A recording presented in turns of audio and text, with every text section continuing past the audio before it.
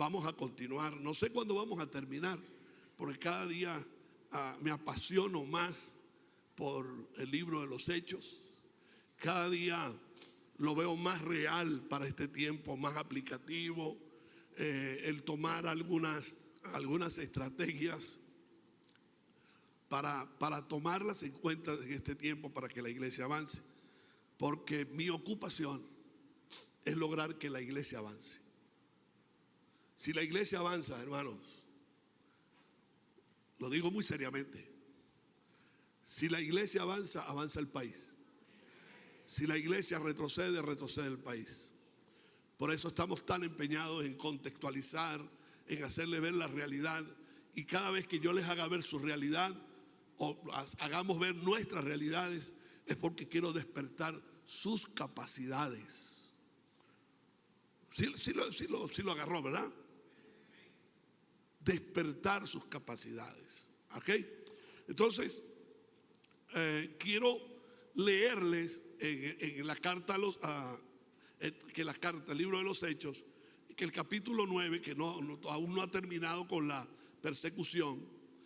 En el capítulo 9 hay un relato de Lucas, y por primera vez, entiendan esto, por primera vez hay un relato de una resurrección apostólica. Porque ya se venía hablando de que el poder de la resurrección estaba actuando en el mensaje de los apóstoles. Pero ya Lucas pone un ejemplo claro. Y el ejemplo se da, oiga bien, fuera de Jerusalén. Entonces era necesario que el pueblo de Dios saliera de Jerusalén, porque se da justamente en Judea. Y ahí en el capítulo 9, versículo 36 al 43, está la resurrección de Dorcas. Dice así: había entonces en Jope una discípula.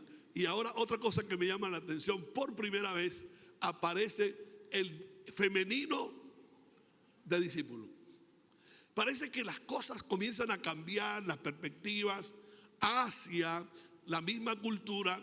Y yo creo que es el acercamiento que está dando el Señor para que a Pedro no le impresionara mucho cuando se fuera a relacionar con Cornelio, con los gentiles. Entonces es un cambio de mentalidad que se viene dando cíclicamente, se viene dando paso a paso, porque si alguien es inteligente, es el Señor. Aunque Él no nos revele algunas cosas, tengan la plena seguridad que el Señor está trabajando inteligentemente. Póngase la mano en el corazón, diga: Dios nunca me ha descuidado. El que yo no vea algunas cosas no significa que se durmió el que te guarda. Él está allí y no lo ves, no lo escuchas, pero Él está activo, vivo y está pendiente de todo.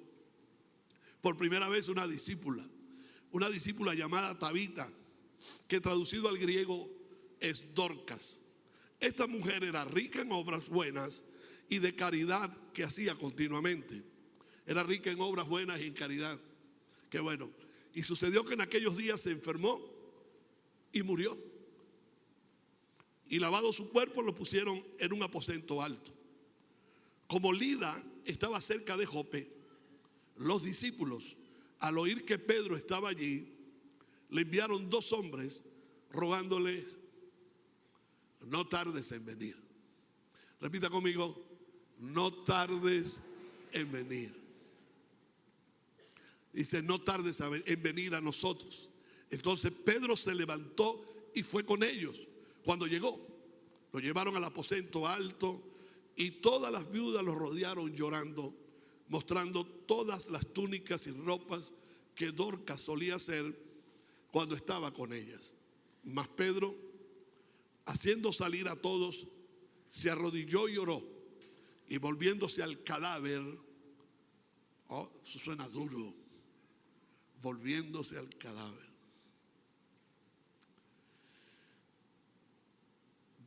le habló al cadáver. Ayer, mientras estaba en el funeral, me tocó darle el pésame a un gran amigo, mi amigo Amílcar Méndez. y me le puse al lado, conociendo a Amílcar, conociendo la bondad, la nobleza de ese hombre de Dios. Yo estaba al lado de la urna, y cuántas veces quise hablar con el muerto y decirle: levántate, porque esa es la impresión que le da a uno, lo que uno desea para los hombres nobles y las mujeres nobles. Dios no quiere la muerte del que muere, y nuestro espíritu tampoco. Y imagínense Pedro allí hablando con el cadáver, y le dijo: Tabita, levántate. Y ella abrió los ojos, y al ver a Pedro se incorporó. Y él le dio la mano y la levantó, y llamando a los santos y a las viudas, la presentó viva. Diga, habló con el cadáver y la presentó viva. Y esto se supo en todo Jope, y muchos creyeron en el Señor. Y Pedro se quedó en Jope muchos días con un tal Simón Curtidor. Aunque yo esté haciendo la referencia al milagro de resurrección, yo quiero hacer más énfasis en el ruego, o en el llamado, o en la petición, porque es una invitación muy breve, pero muy urgente. Ya no podían decir ellos: es un caso de vida o muerte, sino un caso de muerte para darle vida. Y recuerden, en ese tiempo, estamos hablando 3 años y medio, 4 años, la iglesia está en su fervor. La persecución, la violenta persecución dirigida a los creyentes era terrible, pero tenía una intención, y la intención era destruir las bases de la iglesia, porque las bases de la iglesia no son una directiva, son el pueblo. Y atacaron al pueblo, ¿ok? Esperando que por causa del sufrimiento, de la persecución, por causa de ese sentimiento y ese sufrimiento que le producía la persecución, la gente abandonara a sus líderes, y así el movimiento, por desintegración, dejara de existir. Y volvemos a decir: error, otro error para la sociedad que persigue a los cristianos. Y seguirán cometiendo los mismos errores cuando se trata de detener este mensaje del reino, porque la iglesia va a sobrevivir a todo. Y quiero que me escuchen todos aquí en la iglesia. Genesaret va a sobrevivir a todo. Hayan buses o no hayan líderes o no hayan, no haya dinero o haya dinero, Genesaret va a sobrevivir. Amén. Los cristianos se esparcieron por todas partes, en Judea y Samaria y más allá, llevando el evangelio a más gente, aumentando los miembros de la iglesia, y por eso haciéndola más fuerte. La persecución, las carencias, las circunstancias difíciles hicieron más fuerte a la iglesia. Y la iglesia debe entender también que Dios, oiga bien, Dios permite lo que permite para decirnos, como le dijo a este muchacho: yo me hago más fuerte en tu debilidad. Yo me hago más poderoso en tu debilidad. Y quienes vamos a sacar provecho siempre somos nosotros, porque vamos a ver o vamos a seguir viendo la gloria de Dios. Amén. La iglesia se hace más fuerte, y la iglesia está haciendo presencia en todo lugar. Como no pudieron detener el movimiento de la iglesia, porque los apóstoles se quedaron en Jerusalén, y los discípulos, entre ellos Felipe, se fueron a Judea, a Samaria. La iglesia se esparció, la iglesia hizo presencia en todo lugar. Y ellos pensaron: bueno, con esta gente no vamos a poder. Y se dieron una tregua. Y es allí donde aparece nuevamente Pedro. Y Pedro se puso en marcha y fue a visitar a los creyentes de Samaria, de Judea y de Cesarea. Allí estaba Pedro, fue a visitarlos y a confirmarlos el apóstol Pedro, porque imagínense quién fue predicando por allí. Un perseguido, Felipe. Y Felipe fue plantando iglesias y fue predicando, y Pedro fue a confirmarlo. Y dice Lucas, aconteció que Pedro, visitando a todos, vino también a los santos que habitaban en Lida, y ahí estaba él. Era un viaje de confirmación y de predicación que produjo nuevos conversos. Fue un viaje continuado que tuvo dentro de él muchos viajes a lugares específicos, como se lo mencioné anteriormente: Lida, Jope y Cesarea. Cerca de Lida había otra ciudad llamada Jope. Y Jope era el puerto marítimo más importante de Judea, desde el siglo II antes de Cristo, cuando los judíos conquistaron a los fenicios. Pregunto, ¿dónde se encontraba Pedro? ¿Y Jope dónde quedaba? En Judea. Esto quiere decir que la exhortación y la persecución hizo consciente a la gente, la circunstancia hizo consciente tanto a apóstoles como creyentes de ser verdaderos testigos de la fe. Amén. Alguien dijo por allí, yo no estoy de acuerdo, que prefieren ser protagonistas que testigos. Y yo digo, bueno, depende, porque la connotación de la palabra testigo aquí en el libro de los Hechos es uno que sin pretenderlo tiene protagonismo, sea en vida o muerte. Porque la palabra testigo es la palabra martureo en griego, y la palabra martureo en griego significa mártir. Y Esteban tuvo protagonismo, tanto protagonismo que aparece allí como el primer mártir, dando un gran ejemplo de fe, de valentía, atreviéndose a predicar en medio de la persecución, o desde allí se propicia la persecución. Entonces no es cuestión de ser testigo o protagonista, es que está implícito que se es protagonista cuando verdaderamente somos valientes y testificamos del reino del Señor. Entonces yo puedo ser un testigo de Cristo, no de Jehová, de Cristo.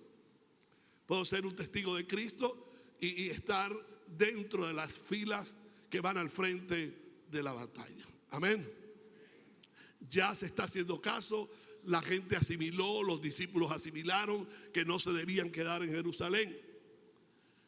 Y como dije anteriormente, la finalidad de la palabra de hoy no es la de puntualizar en el milagro en sí, aunque es inevitable hacer referencia de su importancia.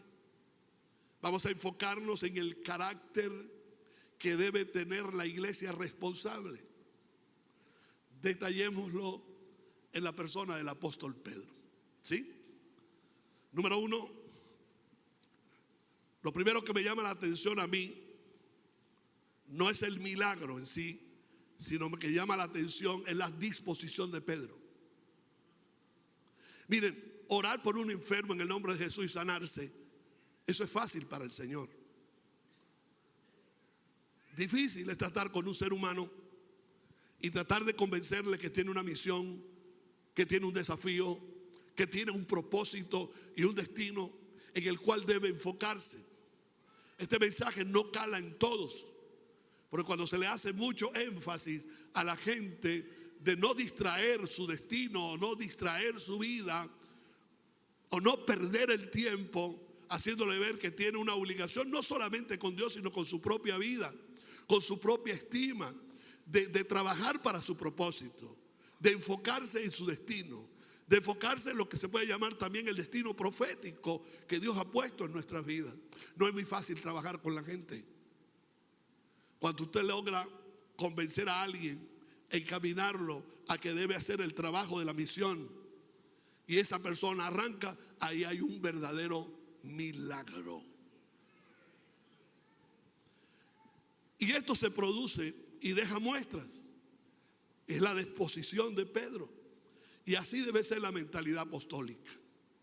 Y así debe ser la mentalidad de una iglesia apostólica. La disposición por encima de todo.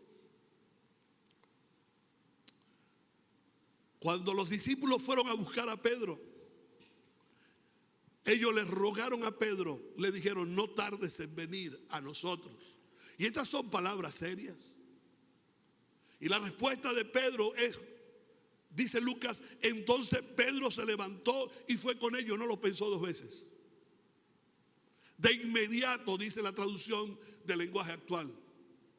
Dice sin demora, dice la Nueva Versión Internacional. La actitud del apóstol ya se había evidenciado en la sanidad de Eneas. Si usted lee anteriormente el contexto, lo que antecede al texto que leímos, usted se va a encontrar que Pedro sana a Eneas. Y cuando lo sana, Pedro le dice a Eneas: Jesucristo te sana, levántate y haz tu cama. Y enseguida se levantó. Pero alguien lo parafraseó de esta manera, y yo lo creo así, que esto fue lo que sucedió realmente. Dice: fue hasta la cama del enfermo. Fue hasta la cama del enfermo. La situación a veces no se vuelve real en nosotros, ni se nos convierte en una situación o un conflicto de peso, porque queremos diagnosticar de lejos, sin involucrarnos con la necesidad. Y me gusta el paráfrasis que hacen allí, porque no fue que lo miró en la cama y le dijo de aquí a allá donde está Isolina, le dijo: Ana, levántate. No, dice que fue a la cama. Es decir, no oró desde aquí para que se sanara en el hospital, sino que le dijeron: hay un enfermo fulano de tal, así, así, así, asado. Y se fue, y en la cama allí, en el cuello, le dijo: fulano, levántate. Y no es que yo no crea en el poder de la transferencia, yo creo en el poder de aquí hasta el infinito cuando se trata del poder de Dios. Creo en el poder de la confesión a corta y a larga distancia. Yo lo creo, siempre y cuando sea en el nombre de Jesús. Yo lo creo. Pero cuando se trata de una disposición a la realidad de nuestro contexto, de nuestra vida y de nuestras circunstancias, la iglesia tiene que estar cerca. No debe sanarlo de aquel hospital, tiene que estar allí en la cama, acercársele a la gente. Y eso es lo que me gusta de Pedro. A Pedro la gente lo tenía por loco, lo tenía por demasiado extrovertido, demasiados errores, pero una vez que fue lleno del Espíritu Santo, se convirtió en un hombre responsable.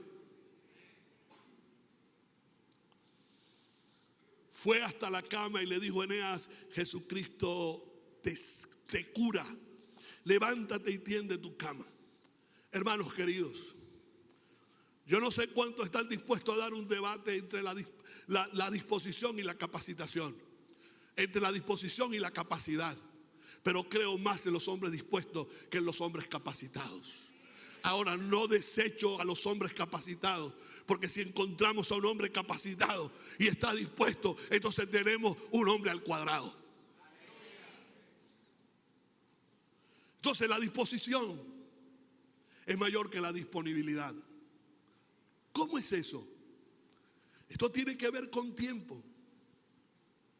Si usted me dice a mí que le vaya a visitar a su casa mañana, yo le voy a decir que no tengo disponibilidad, porque mi agenda está hecha desde hace 15 días atrás. ¿Me está copiando la idea? Pero hay en mí un valor mayor que mi disponibilidad. Y mi disposición es la que hace que yo juegue y maneje y manipule el tiempo y haga el tiempo mi esclavo. Y le diga: no estoy disponible porque tengo, vamos a exagerarlo. Me levanto a las 6. De 6 a 7 desayuno. De 7 a 8 oro. De 8 a 9 salgo para la calle. Voy a una reunión aquí, una reunión allá. ¿A usted no le ha pasado? que viene a ver a la mujer a las 12 de la noche. Ha pasado. Si a mí me preguntasen, yo digo, no tengo disponibilidad, pero tengo algo mayor.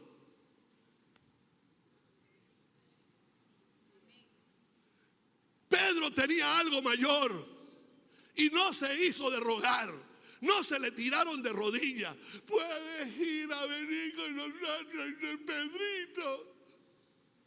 No. Dice que inmediatamente se fue. ¿Por qué? Porque su disposición es mayor que su disponibilidad. Mi agenda está full, pero voy a hacer un espacio, porque la agenda no puede ser mayor que la necesidad de la gente que yo quiero y de la gente que yo amo. Mi disposición está circunscrita a una misión superior. Llámelo como quiera, pero es una misión superior. Mi misión superior es la gente. Y se hace superior y superlativa cuando la gente está dolida, está enferma, está carente y no tiene ningún tipo de ayuda, y que se encuentra en las condiciones que se encuentra Dorcas. Tabita representa una sociedad. Tabita representa una cultura. Más adelante lo van a ver porque se los voy a decir. Representa una cultura. Y oiga, mis amados hermanos, la gente no puede esperar. La gente no puede seguir esperando. Y yo no puedo seguir aquí rogándole a ustedes, domingo tras domingo, toda clase de discipulado, que hay un pueblo allá afuera que nos está rogando: no tarden en venir, no tarden en venir. No tengo esto, no tengo aquello, pero tengo a Cristo, y eso es lo que les hace falta.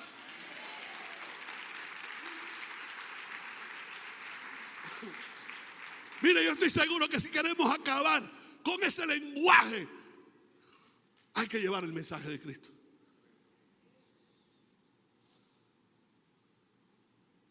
Disposición, ese estado de ánimo o estado anímico para hacer algo a corto plazo. ¿Tendrás un huequito en tu agenda? Porque es que algunos la agenda es bien estrecha, ¿eh? Para algunos, aún jóvenes que duermen hasta las 11 de la mañana, la agenda es pesada. ¿Tendrás algún espacio entre la hora que tú duermes que tú no quieres que nadie te moleste? ¿Usted se cree que si Dios lo ve usted que tiene necesidad de descansar, o que hay que hacer la rutina del descanso? A mí me gustaría descansar todo el día. Y les voy a decir algo, y perdonen la exageración y la comparación también. Yo tengo moral para dormir todo el día, porque he pasado 40 años sin dormir bien.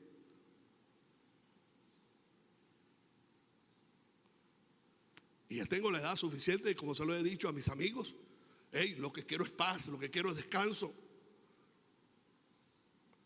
Pero no voy a hacer un espacio para seguir haciendo lo que tengo que hacer. La disposición tiene que estar por encima de tu disponibilidad. Hasta con dolor de muela hay que ir. Yo no sé si a alguien le dolió la muela en esta semana. No le estoy profetizando ningún dolor de muela. Oiga bien, la urgencia es primero que la estancia. ¿Qué es la estancia? Si estoy, voy. Si tengo tiempo, hago presencia. Necesitamos entender, hermanos, que este tiempo es de urgencia. La gente se nos muere y el diablo gozando porque se mueren sin Cristo.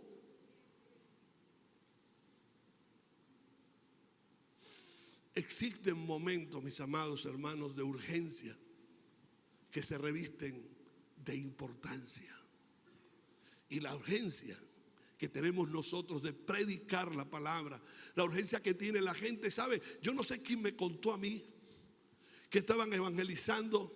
¿Por dónde? Alguien me dijo de los grupos de evangelización que llegaron a un lugar y alguien dijo: ¡wow! Los estábamos esperando. Y no lo conocían, pero los estaban esperando. Miren, mis amados hermanos, ustedes no crean, a lo mejor usted no lo escucha con este oído, porque hay necesidades en los seres humanos que no hablan, se sienten aquí adentro. Y cuando uno comienza a escucharse hacia adentro, desde nuestro confort, tenemos que escuchar la voz de aquellos que no están conformes, de aquellos que están gritando: pasa por aquí y ayúdanos. Hasta por allá para Trujillo, para allá donde vive mi hermano, por allá arriba. La urgencia se convierte en algo de mucha importancia. Y yo creo que nuestra congregación debe asimilar, percibir la urgencia y la importancia de llevar este mensaje y no seguirle sacando el cuerpo a la evangelización. Porque para eso estamos, no estamos para otra cosa. Nosotros fuimos llamados para eso. Hay que dejar las excusas. Hay gente en todos los barrios, en las ciudades, en las villas. Hay gente que está diciendo, dígalo conmigo, no. Yo creo que aquí los que están más conscientes, porque allá para allá no escuché nada. La gente está esperando y la gente está clamando y dice: aquí están, aquí, a ver.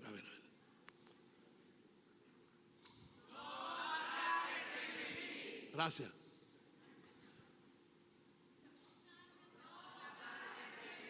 Les cuento otra tres y arrancamos. Ok, 1, 2, 3. Ahí los jóvenes, solamente para que usted vea que los jóvenes les ganan a ustedes. Vamos, jóvenes, 1, 2, 3. Este grupito. Seguimos serios en la palabra, seguimos serios. Pero hay un ruego de la sociedad nuestra. Y esto no lo podemos obviar.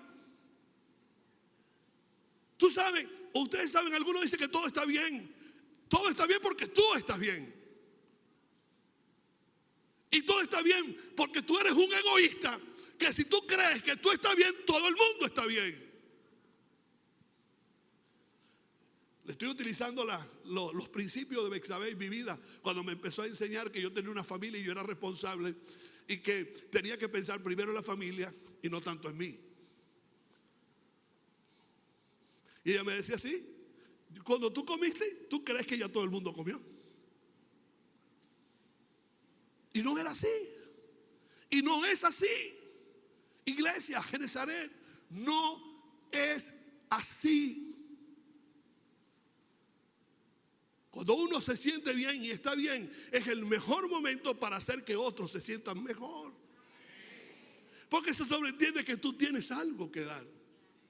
Porque tú no lo tienes simplemente para almacenarlo, tú lo tienes para compartirlo, para darlo. Y nosotros tenemos el mejor mensaje por encima de la filosofía, por encima de las ideologías, por encima de las teorías políticas, por encima de cualquier discurso. Tenemos el mensaje de la verdad y de transformación de sociedades, de naciones, de individuos, de esquemas, de mapas mentales, de todo. Lo tenemos nosotros. Queremos sacar a la gente de la pobreza. No es dándole comida, es dándole este mensaje para que le cambie la mente y se comiencen a ser productivos. Hay gente que está clamando, diciendo: enséñame cómo tú estás bien y nosotros estamos mal. Es tiempo de que escuchemos este ruego en Maracaibo, en San Francisco. Es tiempo que abramos los oídos para escuchar este ruego urgente e importante. Ve a evangelizar.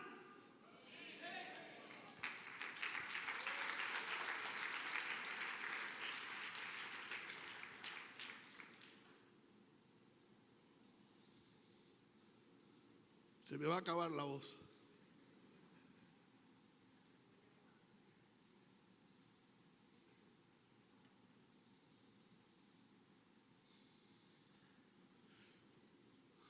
Yo espero que después de hoy usted no le saque más el cuerpo al asunto. Toda actitud de respuesta inmediata hacia la necesidad de proclamar la palabra en todo tiempo es producto de estar claros de la conveniencia al obedecer a Dios primero. Algunas veces se nos olvida que Dios es primero, que sus postulados son primeros, que su palabra es primero, que la prioridad es hacer la palabra. La obediencia, específicamente la obediencia a Dios, priva por encima de nuestros puntos de vista. Necesitamos obedecer al Señor, porque cuando se le obedece más que cualquier otra cosa, y perdónenme que le diga cosa, porque hay algunos que sus excusas son cosas, y hay que ser como Chapatín, cosa, son simples cosas, porque que no tienen argumento. El argumento desde el egoísmo hacia la responsabilidad es cosa. Oír decir a la gente, líderes, no vine porque me quedé en casa y no quería venir, me da cosa, solamente me falta la bolsita. Y a veces me pregunto, hasta defraudado, ¿qué clase de líder? Diga conmigo, me da cosa. Sigan sacando excusas, que un día de esto se va a encontrar aquí a todo el mundo haciendo, le da cosa. ¿Ustedes creen que es sabroso agarrar una carretera en este país?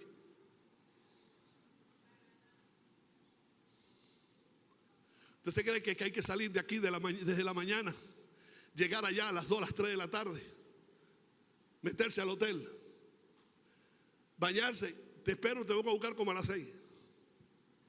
Que vamos a ir a Valderrama a 1 hora y media. Pero 1 hora y media sí. Y uno que le duele el huesito de aquí. Yo no sé por qué me duele tanto el huesito de aquí. Y uno buscando que el huesito no duela. Pero es divertido, ¿no? Parece divertido. Pero con esa diversión vamos. Hermano, y eso da ganas de llorar. Ver a sus hermanos humildes. Allí en el kilómetro 35 vi al vigía. Había caído un palo de agua, pero de esos que se tragan los sapos. Pero un palo de agua. Y Bexabé y yo veníamos, wow, ahora encontramos las iglesias vacías. Son poquitos y ahora los vamos a ver vacíos. No, hermanos. Tenían 1 hora antes allí y estaba la iglesia full porque su apóstol venía. Digan aquí que su apóstol va a salir y se van todos. Es más, diga que su apóstol va a estar y no vienen tampoco. Parece que vamos a escoger ir de huequito en huequito donde la gente aprecie más este mensaje. Se lo voy a repetir. Parece que vamos a ir de huequito en huequito. Porque la gente aprecia más este mensaje. Y no es por adulación. Es porque ellos desde hace tiempo están diciendo, apóstol, dése una vueltica por aquí. No tarde en venir. Yo los invito a vivir una experiencia como esa. Y si no les gusta agarrar carretera, váyase al grupo más cercano de evangelización, al grupo más cercano de discipulado, y hágalo ahí en su barrio, en su gente. Hágalo, por favor, y verá lo bien que se siente. ¿Ustedes creen que a mí me daban ganas de levantarme el día martes? ¿Ustedes creen que el miércoles no me salió el cansancio?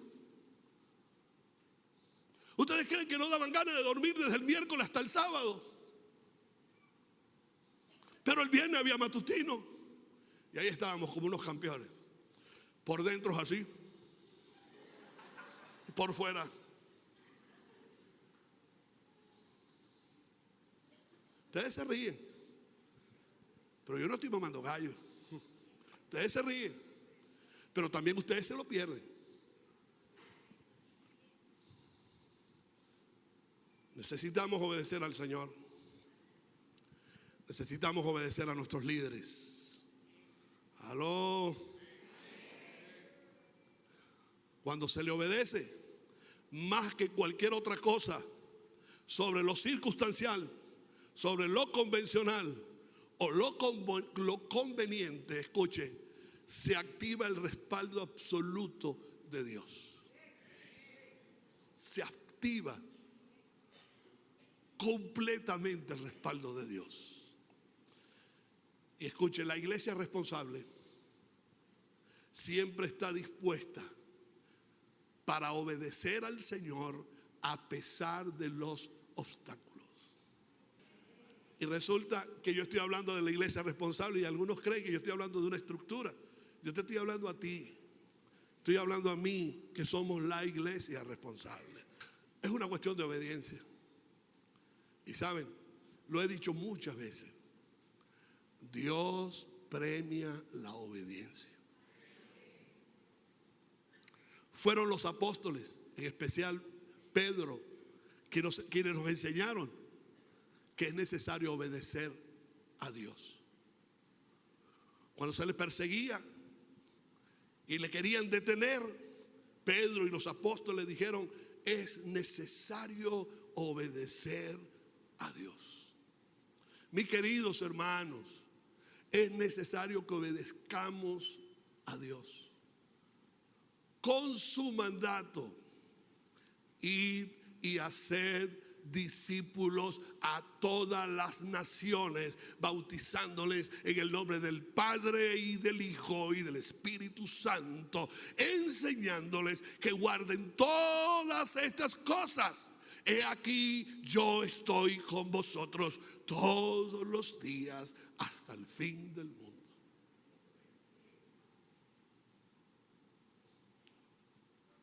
Lo segundo que logro ver en Pedro es que aún sin saberlo, Pedro se prepara para un mayor reto. Dice al final de la lectura del párrafo que leímos, en Hechos 9:43, y aconteció que se quedó muchos días en Jope, en casa de un cierto Simón curtidor. Tal parece que ahí se cierra un ciclo, y algunos pudieran pensar que se quedó en Acapulco.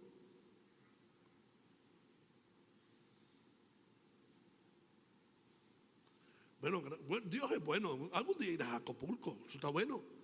Yo he ido tantas veces a México y nunca he ido a Acapulco, porque voy a trabajar. Pero resulta que esto parece que como una pausa para agarrar un nuevo aire, o un segundo, tercer, cuarto aire. Porque después de allí, y déjeme decirle esto para después decirle después de allí qué pasa. Si dice se quedó, pero la tarea no se terminó. Se quedó, pero la tarea no terminó. Debido a que una encomienda mayor estaba por ser ordenada. Y esto lo escribí esta mañana, quizás con un poco de melancolía, pero yo le creo a Dios. Quizás no sean muchos los que están o los que estén dispuestos, pero los que lo están, las comisiones son de superior envergadura, pues sus actitudes generan confianza y recompensa. Y esto me llevó a mí a una palabra en Lucas, después que Jesús entró a la casa de Zaqueo, que fue muy criticado. Y Jesús estaba haciendo esto que Él nos está demandando a nosotros. Y ahí es donde sale la parábola de aquel señor que entregó sus minas.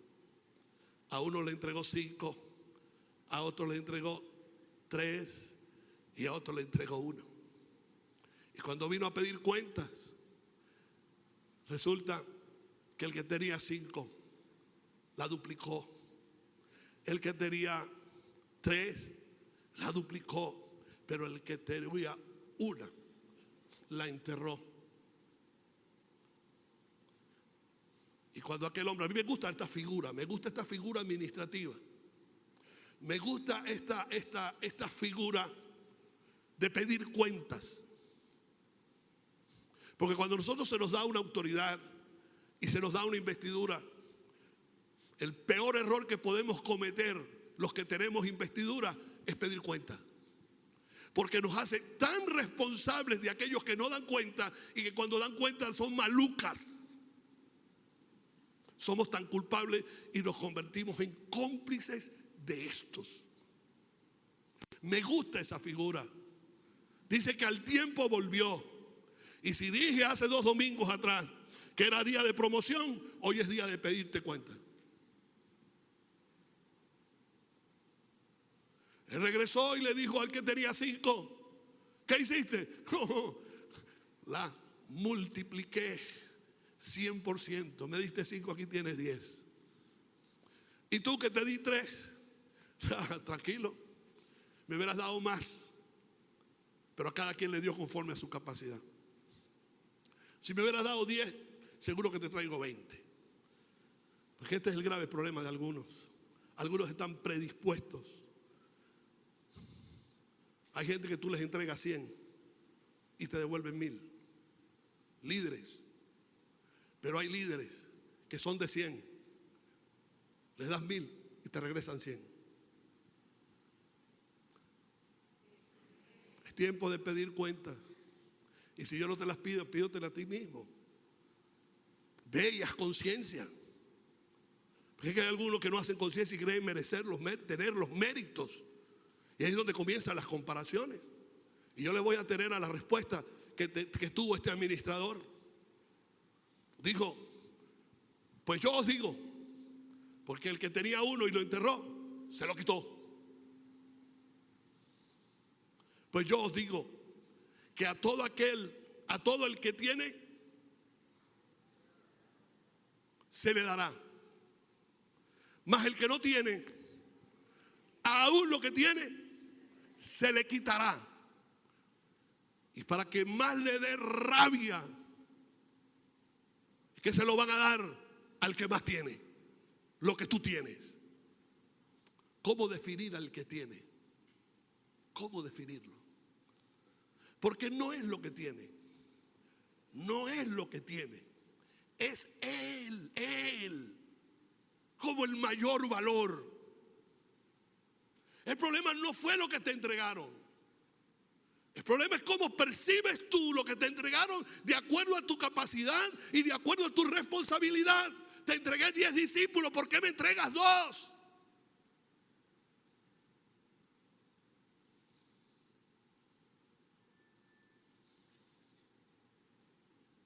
Pues los 2 tuyos y tú se van a ir con el que tiene 10. ¿Es justo? Sí, es justo.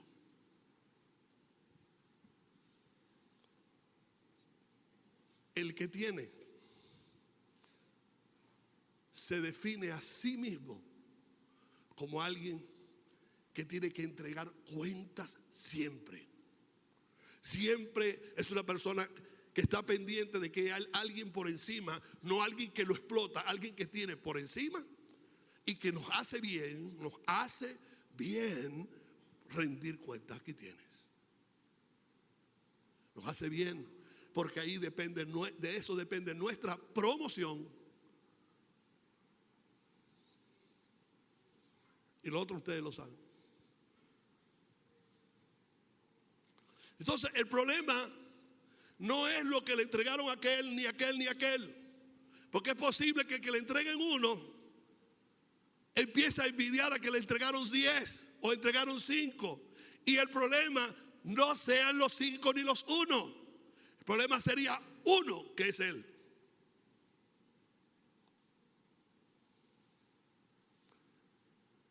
¿Qué es lo que queremos ver? Lo que administramos la gracia de Dios. Que al que le entreguemos 1, al menos me lo vuelva 2.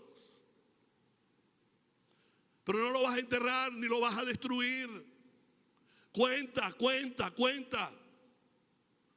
Algunos no cuentan, solo echan cuentos. Los cuentos son excusas y me da cosa. Y ya uno sabe cuáles son los cuentos. Ya uno los conoce. ¿Cuáles entonces son las condiciones que debe tener alguien para depositar confianza en él? La gente dice que tenga la capacidad de reproducción. Eso sería la consecuencia. Número 1, no podemos promover a aquellos que no es responsable. Los irresponsables hay que dejarlos aparte hasta que aprendan a ser responsables. Los que más tienen problemas de egoísmo, de envidia, son los irresponsables. Porque siempre están diciendo, ¿por qué él y yo no? Bendito sea Dios, porque te di 1 y lo escondiste. Y porque a él le dan otro y él tiene 5, y él tiene 10, porque él fue responsable. ¿Por qué me quitan mi célula y se la dan a aquel? Porque aquel le empezó con 1 y tiene 10 y yo te di 1 y ni siquiera has reproducido un discípulo.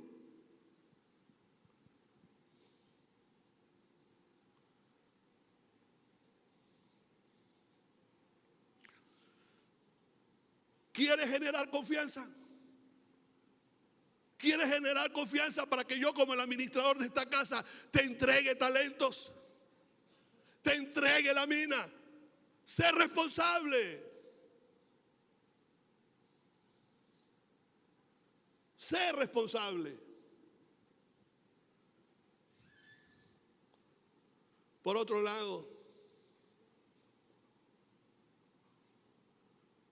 la confianza se genera a la medida que tú me respaldas a mí.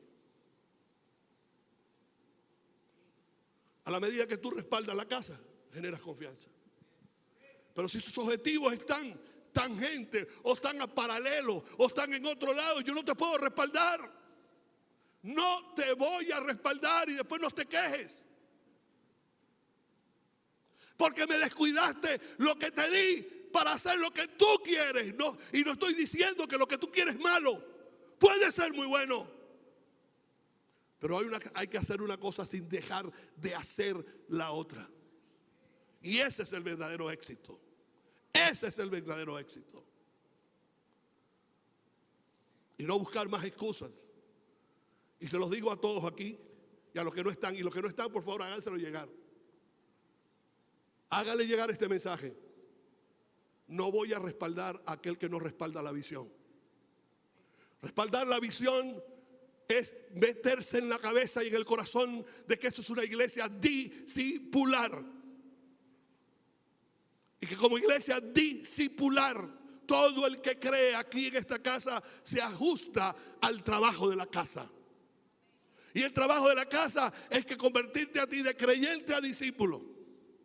Insertarte en una célula de discipulado. Y con el tiempo, cuando lo consideres tu líder, entonces tú convertirte en un líder discipular con células, con gente. Pero yo no te voy a dar más gente. Y como casa discipular,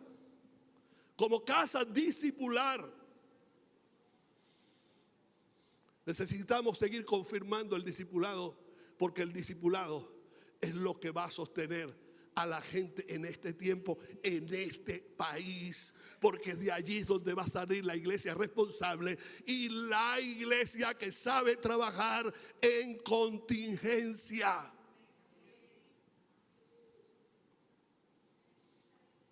Pedro, no tardes en venir. Y Pedro dispuesto enseguida. No se lo dijeron 2 veces. Enseguida arrancó. Ustedes saben, hermanos, ¿qué pasó con Pedro? El loco de Pedro, porque algunos le llamaban el loco. Pero el loco de Pedro fue el que empezó, el que comenzó la Iglesia Universal de Cristo. No la católica, la Iglesia Universal de Cristo. Capítulo 10 del libro de los Hechos, allí nace la iglesia gentil, y en la iglesia gentil estaban judíos, gentiles, griegos y no griegos, y ahí estaban todos. La iglesia que incluye, porque la iglesia responsable incluye, no excluye. Y desde allí comisionaron a Pedro para que le diera un cambio total a la historia de la iglesia, y de allí comenzaron los mensajes a través de las naciones hasta llegar a nosotros. Gracias a Pedro, gracias a Pablo, que viene después, nosotros hoy tenemos este mensaje. Eso fueron gente responsable. Y oiga bien, nuestra intimidad con Dios, nuestro diálogo diario con Dios, es el que nos enciende el propósito. Por eso, mis hermanos, hoy ustedes son el Pedro que está en Jope. Y yo soy ese discípulo que hoy les viene a rogar y les viene a decir: no tardes en venir. Dorcas murió, pero muerta no nos sirve para nada. La gacela, que se traduce tibita, se traduce en gacela, no nos sirve para nada, muerta. Nos sirve viva, para que siga haciendo buenas obras, para que reúna mucha gente y le hable de Cristo. La necesitamos viva. Amén, póngase de pie.